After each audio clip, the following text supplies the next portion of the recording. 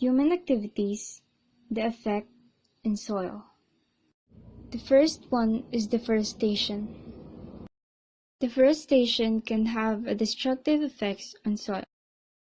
Logging and small-scale removal of trees exposes soil to rain splash, which loosens and dislodges soil particles, eroding soil and creating more impermeable bare surface, which increases runoff.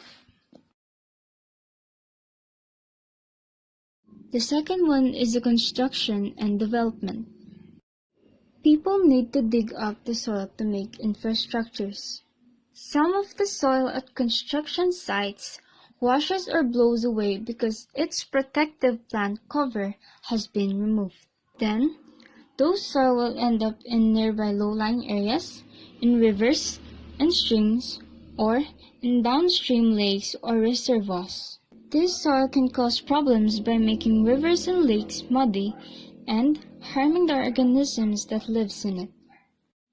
The buildup of soil in riverbeds raises the level of the rivers and may cause flooding. The soil can also fill up lakes and reservoirs. The third one is the waste disposal. The main environmental problem associated with the disposal sites is the potential risk posed to the soil. Since the waste was disposed directly on the surface of soil, a number of contaminants including heavy metals readily penetrate and eventually they contaminate the soil and affect vegetation abundance of the area. The fourth one is the population growth.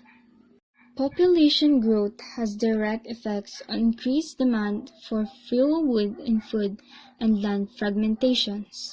Indirect effects exist through the demand for food, which put pressure on land extinctification and intensification, which affects soil quality, and out-migration, which affects deforestation and desertification. Lastly is the mining.